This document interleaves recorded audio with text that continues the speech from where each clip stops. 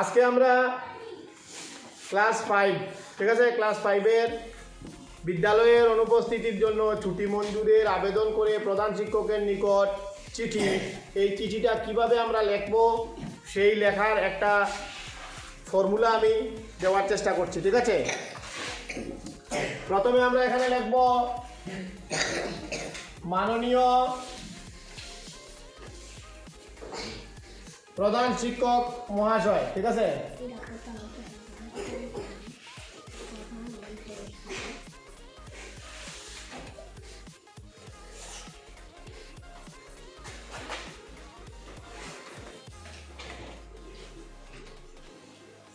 তারপরে এখানে কিন্তু বিদ্যালয়ের নাম হবে, বিদ্যালয়ের নাম লিখবায়, তারপরে মহাশয়,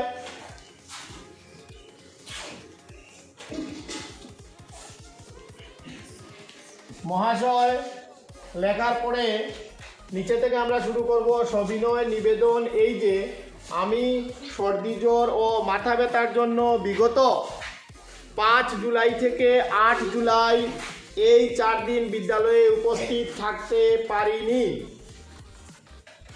ঠিক আছে। সবিনয় নিবেদন এই যে, তারপরে একটা কমা আছে এখানে দেখো, আমি সর্দি জ্বর ও মাথা ব্যথার জন্য বিগত 5 জুলাই থেকে 8 জুলাই এই 4 দিন বিদ্যালয়ে উপস্থিত থাকতে পারিনি। তারপরে একটা প্যারা চেঞ্জ হয়ে যাবে এখানে, এখানে তো আমরা 2টা লাইন লিখলাম, তারপরে এখানে প্যারা চেঞ্জ হবে, লিখব অতএব, দেখো লেখা আছে এখান থেকে শুরু হবে, অতএব বিনীত প্রার্থনা, অতএব বিনীত প্রার্থনা দিয়ে আবার শুরু হবে প্রার্থনা, আপনি অনুগ্রহ করে আমার 4 দিনের ছুটি মঞ্জুর করে বাধিত করবেন, ঠিক আছে। তারপরে এখানে আমরা নিচে চলে যাব, ইতি, ইতি দিয়ে নিচে লিখব ইতি, আপনার একান্ত বাধ্য ছাত্র যদি হয় তাহলে ছাত্র, ইতি এভাবে থাকবে, আপনার একান্ত, এখানে নিচে আমরা লিখব ইতি দিয়ে এখানে লিখবো, এরকম লিখবো, আপনার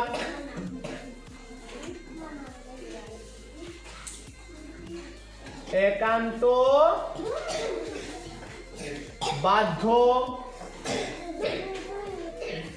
ছাত্র হলে তো ছাত্র লিখবে, আর যদি ছাত্রী হয় তাহলে একান্ত বাধ্য ছাত্রী দিয়ে নিজের নামটা এখানে লিখতে হবে, নাম লিখবে তোমার, শ্রেণী লিখবে, তারপরে নাম লিখবো, তারপরে কি লিখবো, শ্রেণী, কোন ক্লাসে তুমি পড়ো, তারপরে লিখবো আমরা রুল নাম্বারটা, ঠিক আছে।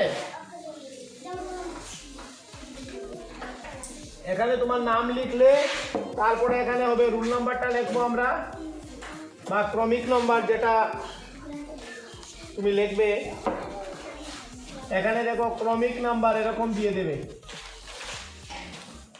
ক্রমিক নাম্বার দিয়ে তোমার ক্লাসের রুল নাম্বারটা এখানে লিখবে, ঠিক আছে।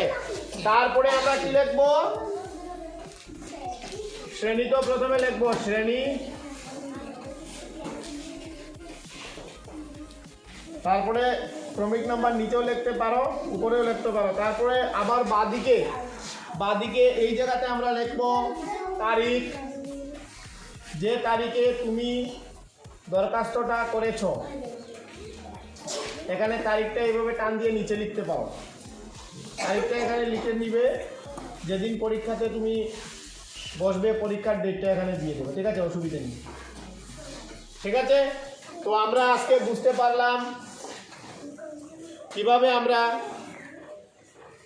প্রধান শিক্ষকের নিকট ছুটি মঞ্জুরের আবেদন জানিয়ে কিভাবে আমরা দরখাস্তটা লিখবো, ঠিক আছে। প্রথমে লিখবো কি, মাননীয় প্রধান শিক্ষক মহাশয়, সমীপে কথাটা লিখতে পারো, সমীপে, তৃতীয় ময় দীর্ঘইকার পয়কারে পে, সমীপে, মাননীয় প্রধান শিক্ষক মহাশয়, সমীপে বিদ্যালয়ের নাম, তারপরে তোমার বিদ্যালয়ের নাম তুমি লিখবে, তারপরে আমরা লিখব মহাশয় এখানে একটা কমা হবে, মহাশয়ের পরে একটা কমা দিতে হবে, ঠিক আছে, একটু বিরাম চিহ্ন। হ্যাঁ, তারপরে লিখবো সবিনয় নিবেদন এই যে আমি সর্দি জ্বর ও মাথা ব্যথার জন্য বিগত 5 জুলাই থেকে 8 জুলাই এই 4 দিন বিদ্যালয়ে উপস্থিত থাকতে পারিনি।